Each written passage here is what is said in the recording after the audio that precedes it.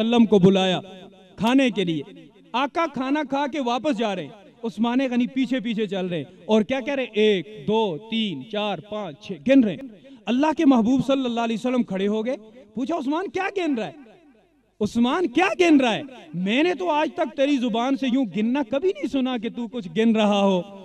जनाब उस्मान गनी रजी अल्लाह ताला अन्हु ने कहा, आका मैं क्या गिन रहा हूं, मैं बाद में आने वालों को मोहब्बत का ढंग सिखा रहा हूं, बाद में आने वालों को इश्क सिखा रहा हूं, प्यार सिखा रहा हूं।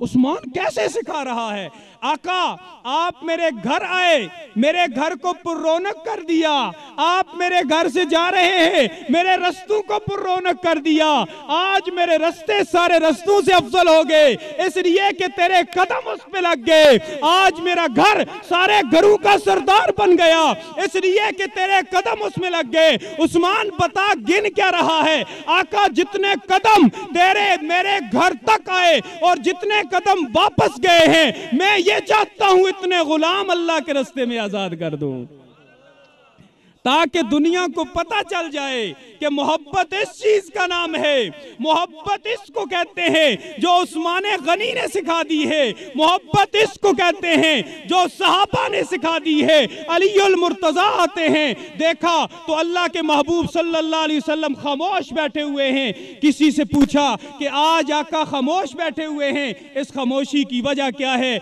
बताने वाले ने बताया, अली अल्लाह ने जिसके लिए दोनों जहानों को बनाया है, अल्लाह ने जिसे पेशकश की थी, ए मेरे महबूब अगर तू चाहे मैं इन मदीना के पहाड़ों को सोना बना दूं, मैं ओहद के पहाड़ को सोना बना दूं, तेरे आगे भी सोना हो तेरे पीछे भी सोना हो, तू सोना को लेके चले। तवज्जो मेरी तरफ रखें तो अल्लाह के नबी सल्लल्लाहु अलैहि वसल्लम को अल्लाह ने तो ये कहा कि जन्नत तेरे लिए, जन्नत की चाबी तेरे हाथ में, दुनिया तेरे लिए, फजाएं तेरे लिए, खलाएं तेरे लिए, कायनात का निजाम तेरे लिए, तू चाहे तो सब कुछ तुझे दे दूं। लेकिन आज अल्लाह के नबी के घर फाका है, कई दिन से अल्लाह के नबी ने कुछ नहीं खाया और खाने का इंतजाम भी नहीं है। अलीउल मुर्तजा परेशान हो गए, उसी वक्त वापस लौटे, उसी वक्त वापस लौटे और रात सारी जाके एक यहूदी की मजदूरी करते रहे।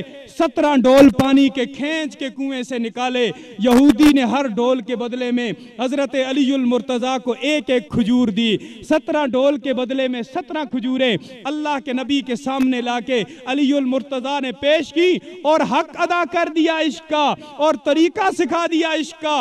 ये नहीं कि जो अच्छा है खुद इस्तेमाल कर लें, जो बच गया दे दो अल्लाह रसूल के नाम पे, ये नहीं, जो अच्छा है वो अल्लाह रसूल के नाम पे, जो उम्दा है वो अल्लाह रसूल के नाम पे, जो गुजारा अलाउंस है वो अपने इस्तेमाल में। ये सहाबा ने तरीका सिखाया है, ये सहाबा ने मोहब्बत करने का ढंग सिखाया है और ऐसे सिखाया है कि उनके दरबार अक़दस में जब भी कोई गमज़दा आ गया, तशनकाम आ गया, गम गलत हो गए, मासियत धुल गई, मग़फ़िरत आफियत का पयाम आ गया।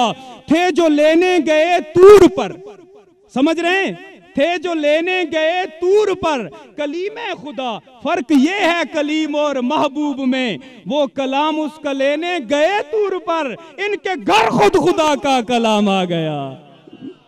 बज़्म कौनैन की जब सजाई गई, अंबिया की सफ़ें बिछ गई, अंबिया आ गए, मुरसली आ गए, मुक्तदी आ गए तो इमाम आ गया। सहाबा किराम ने ये अंदाज सिखाया। ग़ज़वा ओहद है, तीरों की बारिश हो रही है, अल्लाह के महबूब सल्लल्लाहु अलैहि वसल्लम के साथ सिर्फ चंद सहाबा बाकी हैं। हजरत अबू दुजाना भी उनमें मौजूद हैं। हजरत अबू दुजाना ने देखा कि तीरों की बारिश है और ढाल का इंतजाम नहीं है। हजरत अबू दुजाना ने अपना सीना, अपनी पुष्ट सामने रख दी और सीना महबूब खुदा की तरफ कर दिया। जो तीर आता है फूल नहीं आ रहे, तीर आ रहे हैं और अल्लाह के नबी के ये सच्चे आशिक, अल्लाह के नबी के सच्चे मुहिब उन तीरों को अपनी पीठ पे बर्दाश्त कर रहे हैं। किसी ने पूछा, अबू दुजाना तू सीना इधर कर लेता ताकि पता चल जाता जिधर से तीर आ रहा है उधर कभी डाल रख देता, कभी अपना हाथ रख देता, कभी कपड़ा रख देता। अबू दुजाना ने बड़ा अजीब जवाब दिया, कहने लगे अरे तीर तो मामूली सी चीज है, यह तो बर्दाश्त किया जा सकता सकता है, लेकिन चेहरे को मुस्तफ़ा के चेहरे से हटा लूं ये बर्दाश्त नहीं हो सकता।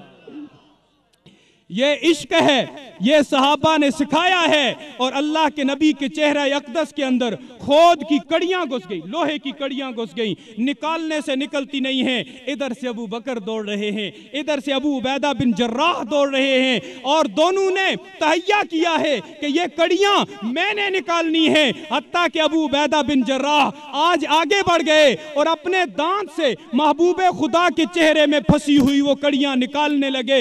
एक कड़ी को खींचा, कड़ी तो निकल गई, लेकिन साथ दांत भी टूट गया। परवाह कोई नहीं, दूसरी कड़ी में दूसरा दांत डाला, उसे भी खींचा, वो भी निकल गई, दूसरा दांत भी टूट गया। दुनिया वाले तो ये कहते हैं दांत टूटा बंदा बेहुसन लगता है, बदसूरत लगता है, लेकिन अल्लाह के नबी पे कुर्बान किए हुए दांतों ने अबू उबैदा को सारे दांत वालों से हसीन बना दिया।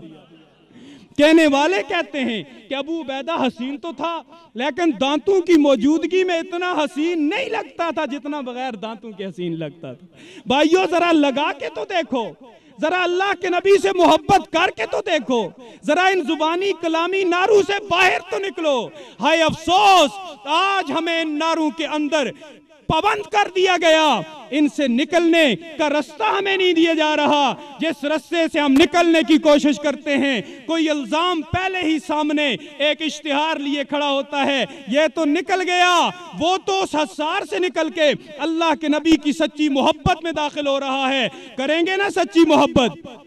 सारे तैयार करते हैं, आज से अपनी जिंदगियों को बदलेंगे ना इंशाअल्लाह।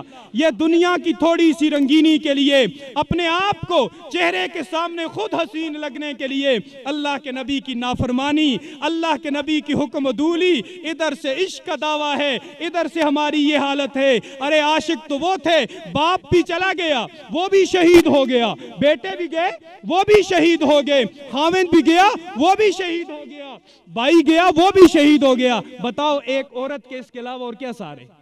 खाविंद भी शहीद हो जाए, बाप भी मर जाए, बेटा भी मर जाए, भाई भी मर जाए, औरत का और क्या रह जाता है?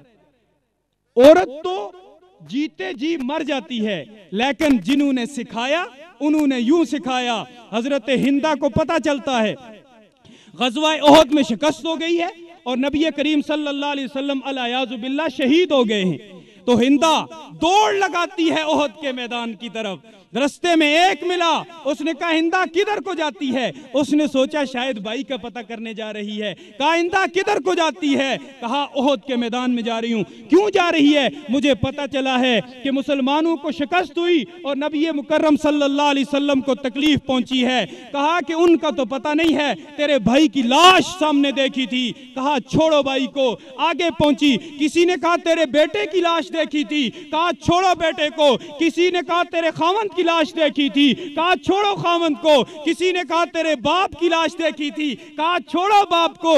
इसे कहते हैं ला युमिनु अहदुकुम हत्ता अकूना हब्बा इलैहि मिन वालिदिही व वलदिही वन नास अजमाइन। उस वक्त तक मोमिन नहीं बन सकते जब तक बाप से ज्यादा मोहम्मद मुस्तफा से मोहब्बत ना हो, बेटे से ज्यादा मोहब्बत मोहम्मद मुस्तफा से मोहब्बत ना हो, शोहर से ज्यादा मोहम्मद मुस्तफा से मोहब्बत ना हो, जान से ज्यादा मोहम्मद मुस्तफा से मोहब्बत ना हो, माल से ज्यादा मोहम्मद मुस्तफा से मोहब्बत ना हो। अगर ये है तब है मोहम्मद की गुलामी, दीन हक की शर्त अव्वल है। अगर हो इसमें कुछ खामी तो सब कुछ नामुकम्मल है। वो बुढ़िया जब मोहम्मद मुस्तफा को देखती है खुशी से झूम जाती है, खुशी से घूम जाती है। किसी ने इसी को यूं बयान किया, चली थी एक ज़ईफा जुस्तजुए हाल करने को, किसी अच्छी खबर का बढ़ के इस्तकबाल करने को। गए थे जंग में उसके बरादर और शोहर भी, निछावर कर दिए थे उसने फर्जंदों के गोहर भी। बाई का न बेटों का न शोहर का ख्याल आया, रसूलुल्लाह कैसे हैं यही लब पे सवाल आया। कहा कहा कहा जाकर दिखा दो मुझको सूरत कमली वाले की, कहा जाकर दिखा दो मुझको सूरत कमली वाले की। मेरी तारीक आंखों को जरूरत है उजाले की। नजर आया कि जलवा फगन नूरे तजल्ली है, पुकार उठी कि अब मेरी तसल्ली ही तसल्ली है। वाखिर दावाना अनिल हम्दुलिल्लाह।